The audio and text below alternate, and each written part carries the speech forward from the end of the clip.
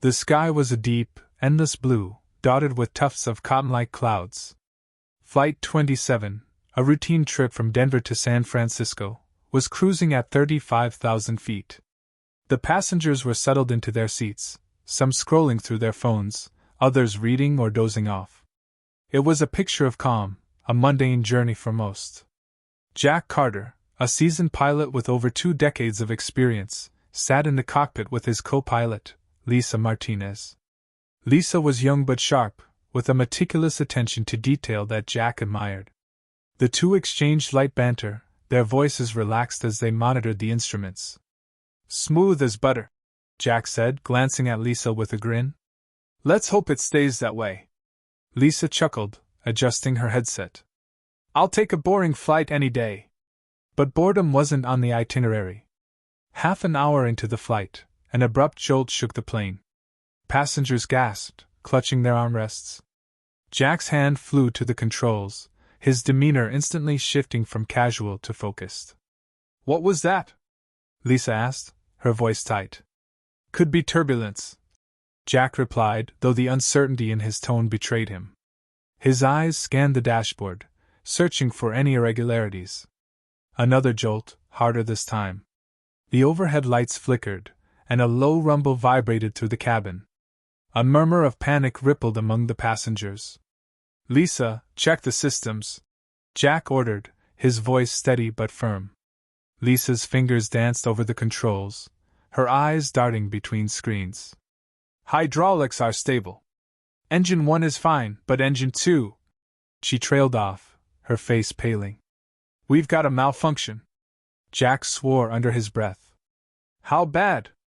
"Bad enough," Lisa said, her voice barely above a whisper. Jack grabbed the intercom. "Ladies and gentlemen, this is your captain speaking. We've encountered some technical issues, but we're working to resolve them. Please remain seated and keep your seatbelts fastened." He switched off the mic and turned to Lisa. "We're losing altitude." Lisa's hands trembled as she checked the readings. "We need to divert to the nearest airport." Jack nodded, pulling up the map. But before he could plot a course, the plane lurched violently to the left. Alarms blared in the cockpit, a cacophony of warning signals.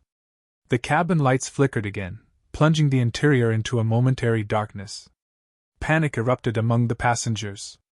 A baby's wail cut through the air, and a man's voice rose above the others, shouting for answers. The flight attendants moved quickly, trying to calm the chaos, but fear was spreading like wildfire. "Engine 2 is failing," Lisa said, her voice taut with urgency.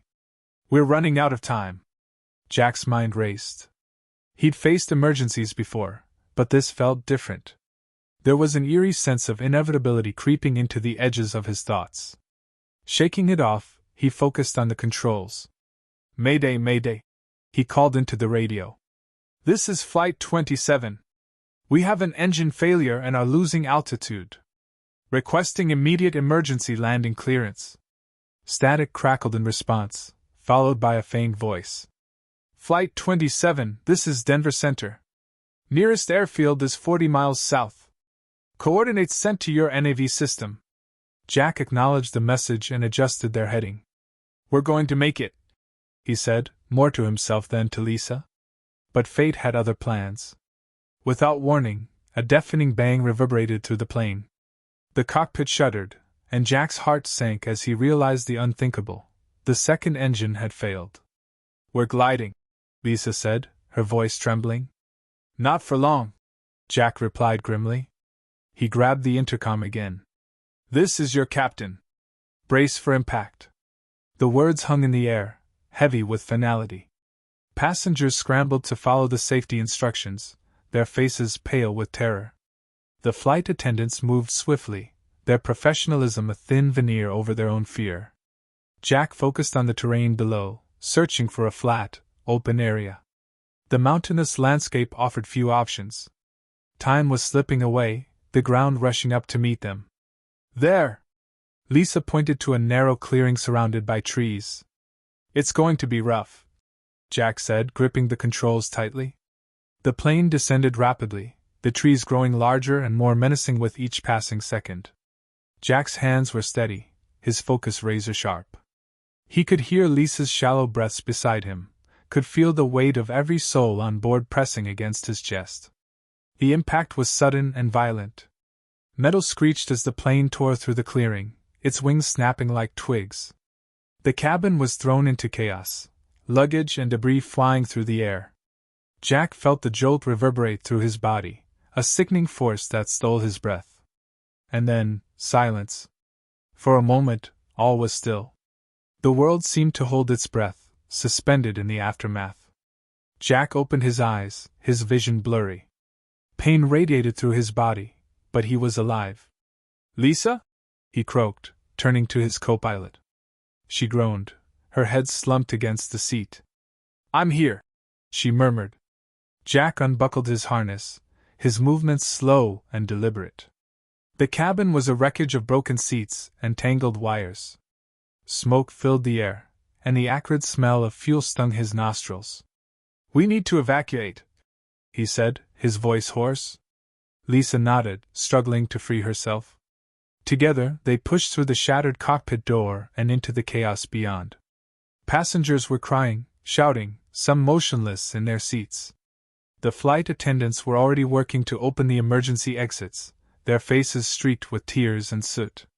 Jack took charge, his voice firm and commanding. "Everyone, follow the lighted paths to the exits. Leave your belongings behind." The passengers moved in a daze, their fear replaced by a desperate will to survive. Jack and Lisa helped those who couldn't move, guiding them toward the exits. Outside, the cold night air was a shocking contrast to the suffocating heat inside.